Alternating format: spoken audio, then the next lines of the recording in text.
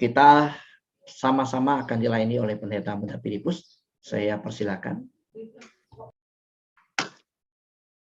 Baik, shalom, selamat pagi sahabat doa semua. Suara saya terdengar jelas ya, bisa kasih jempol kalau suara saya jelas ya. Jelas. Saya bersyukur pagi ini anugerah Tuhan mempertemukan kita kembali di akhir pekan ini untuk kita boleh bersama-sama menyembah Tuhan dan belajar firman Tuhan ya. Tadi sebelum kita mulai sudah di pasar semi pagi hari diperbincangkan tentang gagal fokus. Wah, ramai diperbincangkan. Mari belajar bersama-sama. Kita akan belajar satu tema firman Tuhan, ya, jangan gagal.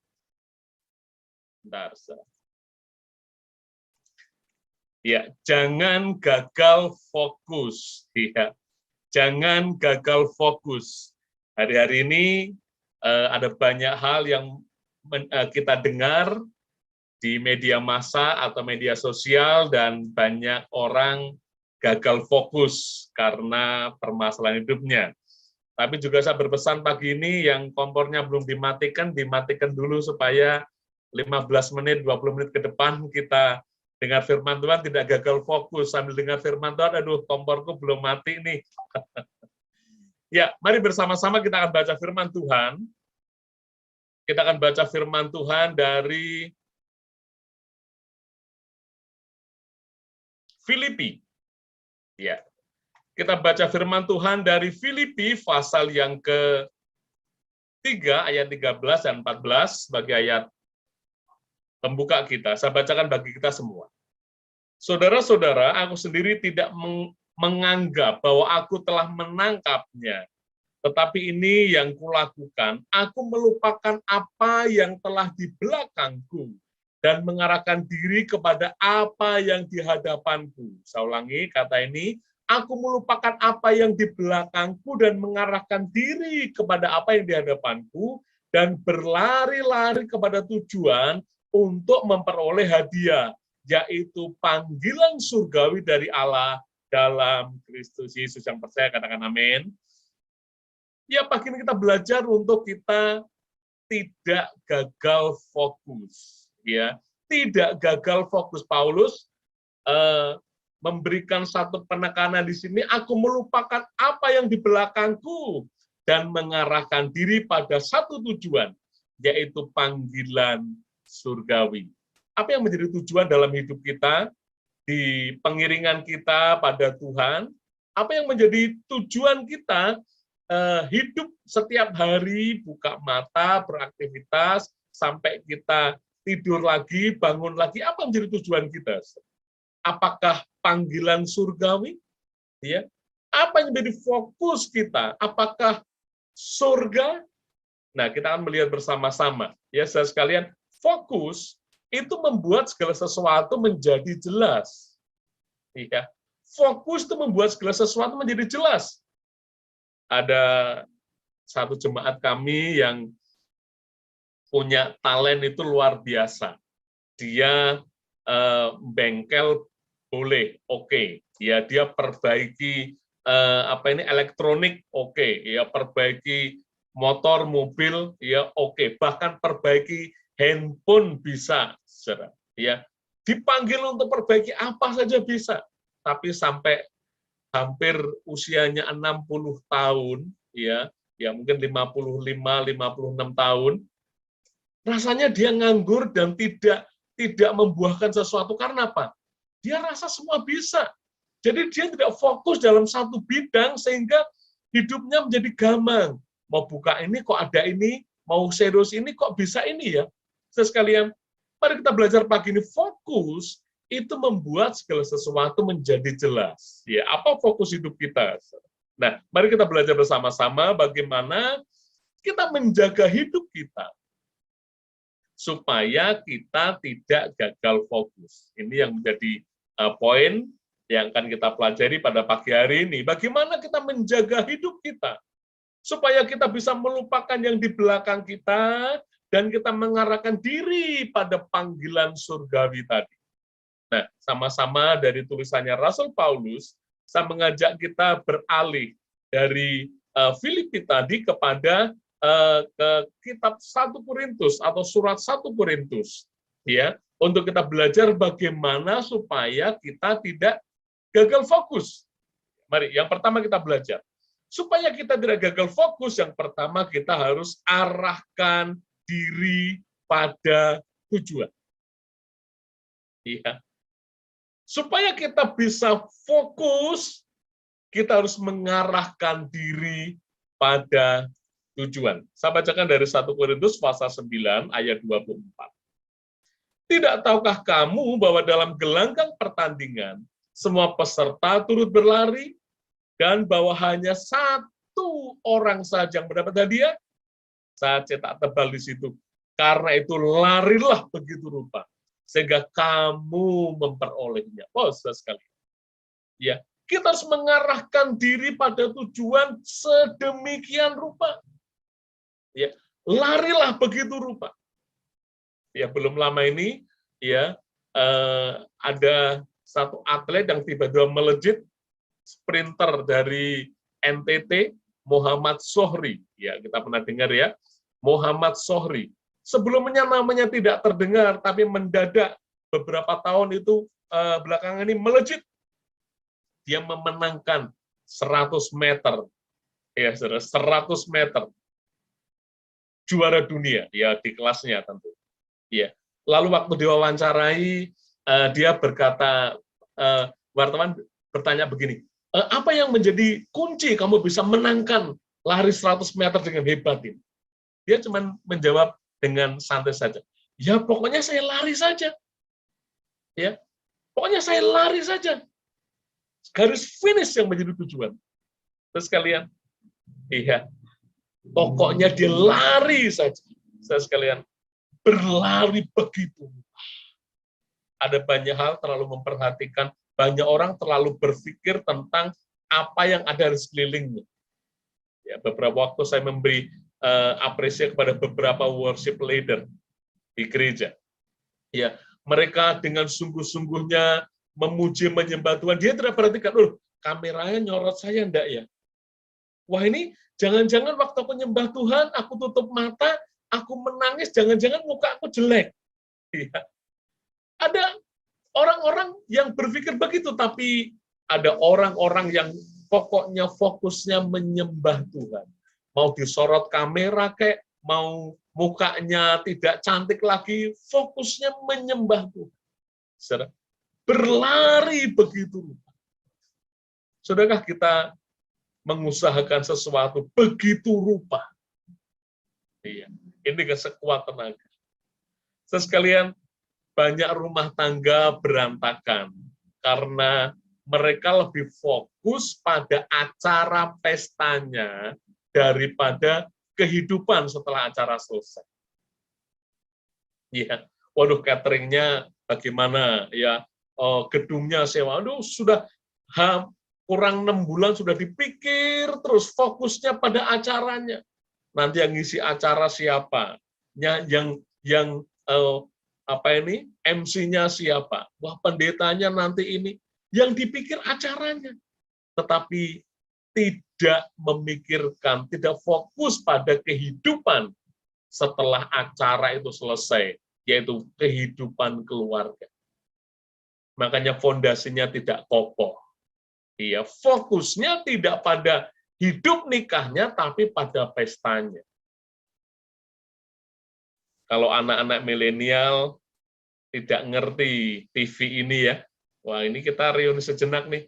Ya dulu waktu saya masih kecil, ya harus hanya bisa lihat TV hitam putih seperti ini. Iya, saya tuliskan di situ, dibutuhkan tekad yang kuat untuk membuat sebuah pilihan. Karena banyaknya tawaran kadang membuat fokus menjadi hilang.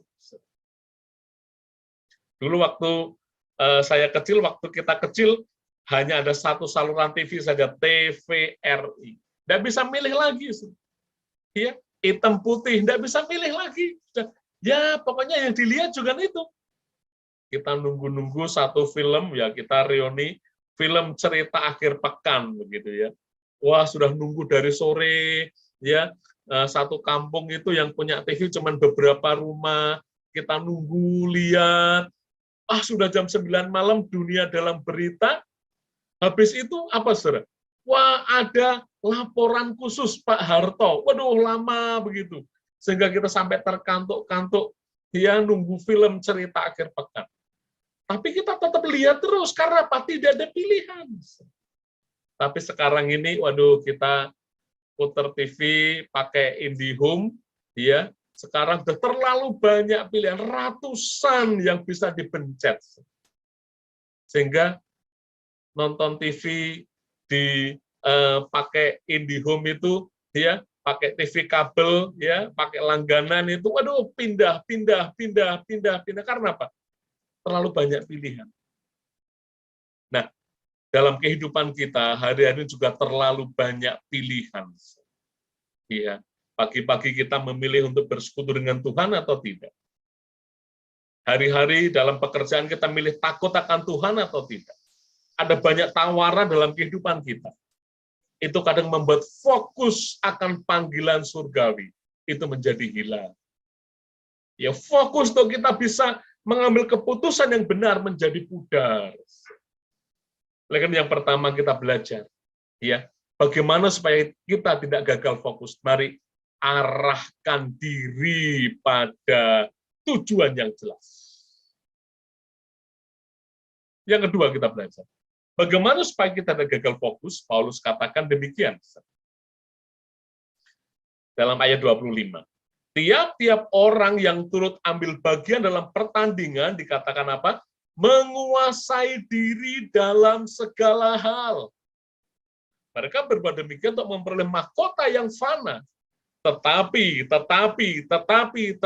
kita untuk memperoleh mahkota yang abadi. Kita belajar dari ayat ini, supaya kita tidak gagal fokus, kita harus bisa menguasai diri dalam segala hal. Iya. Penguasaan diri ini menjadi final di buah roh yang disebutkan dalam Galatia. Kasih, sukacita, dan sejahtera ditutup dengan apa? Penguasaan diri. Penguasaan diri ini diuji kadang-kadang waktu kita ada di lampu merah di jalan. Iya. Kadang-kadang ada orang yang kasih sen kanan, beloknya kiri, penguasaan diri, kita klakson keras-keras. Ya. Penguasaan diri itu hal-hal kecil. Apalagi sampai kita ada problem-problem dengan orang sekitar kita, dengan rekan sekerja, dengan rekan sepelayanan. Bisakah kita menguasai diri? Ya. Paulus kasih analogi, ini sebuah pertandingan. Ya, mereka harus menguasai diri dalam segala itu saja untuk mahkota yang fana. Apalagi kita untuk memperoleh mahkota yang abadi. Paulus kasih contoh seorang atlet. Ya, kita pasti tahu siapa ini, ya, Aderai, tokoh binaragawan Indonesia.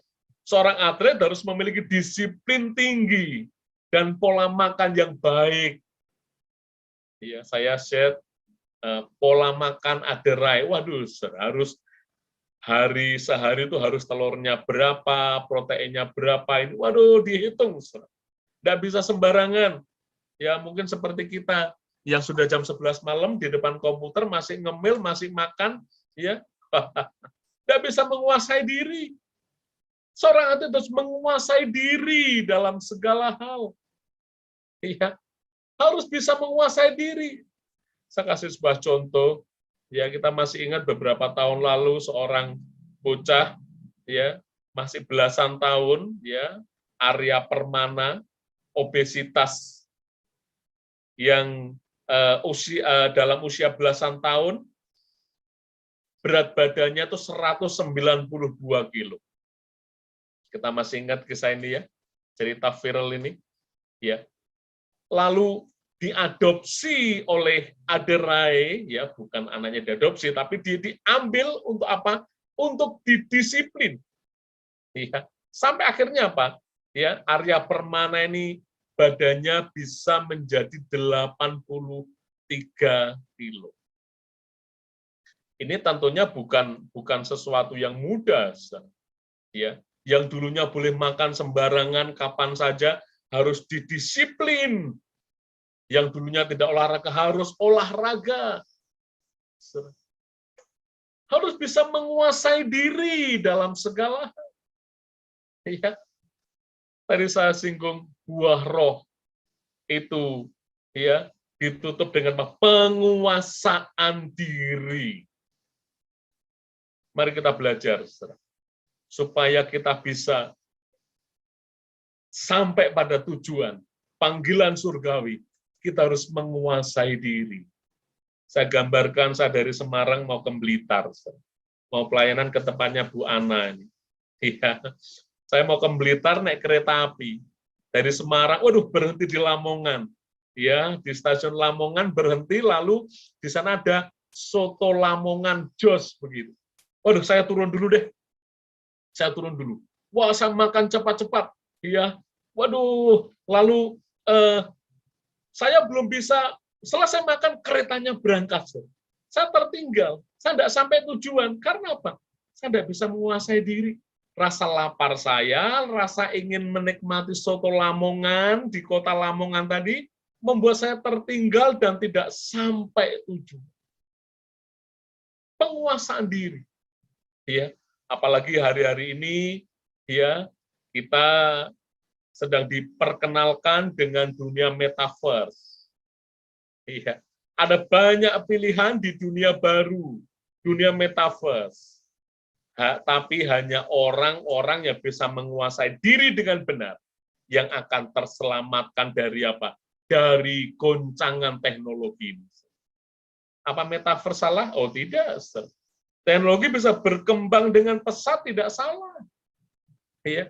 Tetapi kalau kita tidak bisa menguasai diri, kita hanyut di dalamnya, terjeblos di dalamnya, lalu hidup dalam dosa di dalam. Satu sisi dunia metaverse, itu dunia digital yang memberi ruang untuk apa? Untuk Injil diberitakan semakin luas. Tapi di sisi lain, ya orang bisa memanfaatkannya untuk kepentingan egonya sendiri. Ya. Sedikit di dunia metaverse ini orang bisa masuk ke dunia itu, ya ketemu dengan orang lain, ya maaf kata tanda petik berselingkuh dengan orang lain di dunia metaverse, ya dia merasa tidak berdosa karena tubuhnya tetap di sini. Ya. Ini dunia baru yang mungkin kita opa-oma kurang memahami itu. Tapi itu nyata.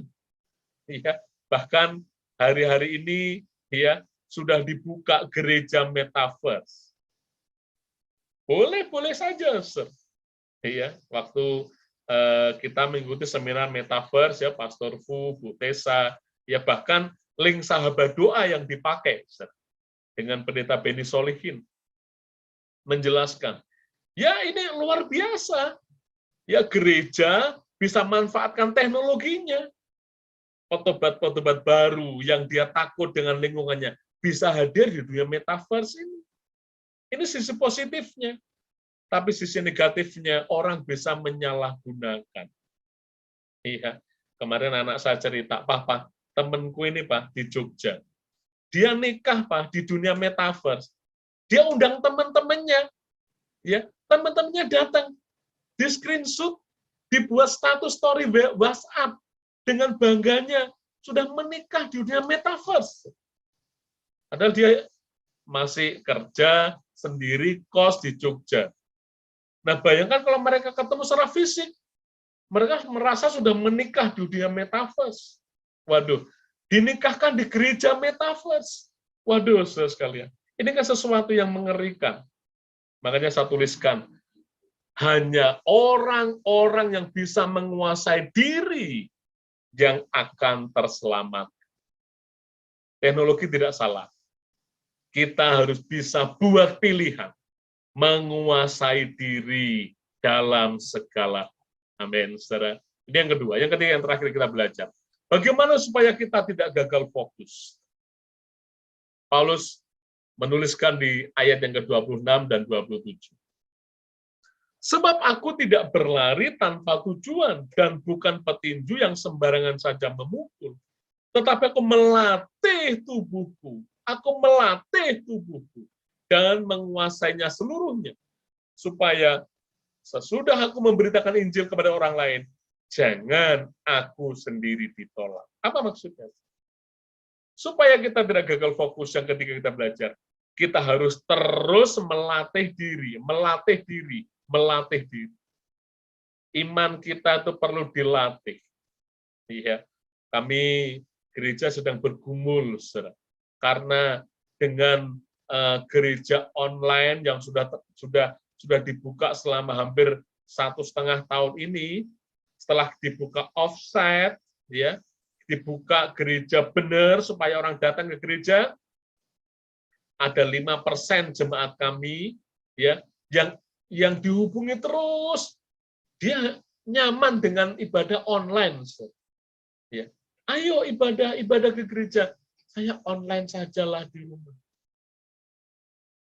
Kenapa, saudara? Ya karena di rumah kan saya bisa tetap sambil buka toko, tetap sambil saya melayani pembeli. Waduh, saudara, apakah itu ibadah? Iya. Ya kan saya masih tetap bisa sambil terima telepon, sambil transaksi, saya sambil nyetel YouTube tuh ibadah. Saudara, diri kita harus dilatih, fisik, tubuh kita harus dilatih untuk terus beribadah. Apakah ibadah yang berkenan? Sampai kami kunjungi, sampai ayo ibadah. Sulit. Kenapa? Sudah terbiasa. Ibadah online sajalah. Makanya Pastor Fu kasih penekanan. Jangan sampai sahabat doa, ya pertemuannya menggantikan ibadah kita yang sesungguhnya kepada Tuhan. Baik di gereja maupun ibadah pribadi kita dengan Tuhan. Iya. Pastor Fu kasih penekanan nih. Jangan sampai ibadah online kita ini menggantikan persekutuan pribadi kita dengan Tuhan. Kita harus terus melatih diri kita beribadah. Iya. Paulus katakan latihan badan itu terbatas gunanya, tapi ibadah berguna dalam segala hal. Iya. Kalau engkau yang sehat-sehat nih, yang sudah sehat, fit, gereja sudah buka ibadah offsite, mari hadir datang di gereja. Kecuali memang gereja masih terapkan, masih online, banyak yang terpapar. No problem, saudara. Tapi kalau gereja sudah buka ibadah, kita yang sehat, mari melatih tubuh kita untuk kita beribadah. Iya, iman kita perlu dilatih untuk apa? Percaya Tuhan bisa pakai hal-hal yang kecil untuk menyatakan hal-hal yang besar. Waktu Tuhan Yesus akan memberi makan 5.000 orang. Iya, 5.000 orang. Tuhan tidak berkata, ya mana? Adakah 12 bakul di sini? Oh tidak. Berapa roti ada padanya? Dan di sana ada 5 roti dan 2 ikan. Hal kecil itu bisa dipakai Tuhan. Untuk apa? Memberkati 5.000 orang. Iya. Mungkin kita sedang menghadapi banyak masalah dalam hidup kita, keluarga kita. Dan kita berpikir, Tuhan, aku perlu sejumlah uang yang banyak untuk mengatasi masalahku, Tuhan. Tapi ingatlah, akan peristiwa ini. Tuhan juga bisa pakai hal kecil untuk menyatakan hal-hal yang besar. Tuhan juga bisa pakai hal-hal yang sepele untuk membuat mujizat yang besar. Kita ingat waktu Musa. Ya, waktu Musa dengan orang-orang Israel menyeberang laut Teberang. Hal yang kecil. Selengkapi dengan sedikit kesaksian, karena memang hari Sabtu ruang firman dan kesaksian. Ya, saya saksikan ini karena kami sudah bisa melewati itu. Ya, kami hidup satu keluarga 5 orang. Ya, istri kami punya 3 orang anak. Yang nomor 1 kuliah di semester 8 sudah mulai skripsi. Nah, yang nomor 2 itu semester 4. Ya. Kami bersyukur ada mujizat-mujizat yang Tuhan nyatakan. Anak saya nomor 1 itu dari SMA-nya. Itu ada anak Tuhan yang dikasih hati untuk memberkati kami. Kelas 1 sampai kelas 3 SMK itu free. Tuhan kasih mujizat. Ya, lewat seseorang. Nah, di awal perkuliahannya Tuhan kasih mujizat lagi. Semester 1 sampai semester 8 free biaya kuliah. Dia yang tanggung. Hariannya kami yang tanggung. Ya. Tetapi anak yang nomor 2 ini Tuhan kasih itu pada kami untuk kami harus membiayai pendidikannya maksud. Nah, di akhir Desember lalu, ya kami sudah sistem perkuliahan di anak kami nomor 2 ini bayar kuliahnya itu seperti SPP tiap bulan. Tapi uang gedungnya bisa dibayar 3 kali. Nah, kami bayar pertama, kedua, tinggal pelunasan uang gedung yang terakhir bulan Desember tahun lalu. Nah, kami bayar SPP-nya tiap bulan. Tiba kami harus melunasi, itu berbarengan dengan yang namanya ujian akhir semester. Di ujian akhir itu, anak saya bilang, Pak, ini harus dilunasi loh, kalau enggak, aku enggak bisa ikut ujian akhir. Anak saya sudah tahu jawaban papahnya. Ya, berdoa dulu. Berdoa dulu. Udah hafal mereka dengan jawaban itu. Sampai H-2 ternyata Tuhan belum sediakan untuk kami melunasi ya uang gedung yang ketiga itu. Ya, saya berani share ini karena semua sudah selesai dan sudah lewat, Tuhan sudah sediakan. Lalu H-1 mau ujian akhir semester, Pak, ya Tuhan belum sediakan. Kalau memang Tuhan belum sediakan, ya sudah, kamu harus cuti di semester ini. Anak saya dengan besar hati, oke Pak, kita minta, kita berdoa. Ya, kalau Tuhan belum sediakan di hari hanya, saya cuti. Waduh, anak saya juga berbesar hati. Lalu di H-1 itu, ya, bendahara kampusnya telepon pada anak saya. Saya bisa bicara dengan orang tuamu? Wah, saya pas masih di rumah. Oh, ini ada ayah saya. Lalu, Pak, sayang Pak, ini bagaimana Pak, kok belum bisa melunasi uang gedung ini? Iya. Lalu, oke Bu, kami sudah berunding dan sudah mendoakannya, sudah memaksimalkan, tapi Tuhan belum sediakan Bu. Ya, tidak apa-apa. Kalau sampai besok pagi kami belum bisa melunasi uang gedung itu, ya anak saya cuti, tidak apa-apa. Dengan besar hati, Pak, jangan Pak, jangan. Ya, tapi kami tidak mau berbuat yang lain, Bu. Ya, kalau memang Tuhan belum sediakan, anak saya cuti. Lalu, oh gitu ya Pak. Sebentar Pak, lalu beberapa waktu dia telepon lagi. Begini Pak, Bapak ada uang berapapun tidak apa-apa.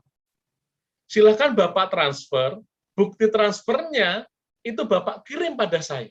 Saya akan perjuangkan untuk apa anak saya itu bisa ikut ujian besok. Dia murid yang baik, Pak. Mahasiswa yang baik. Ya.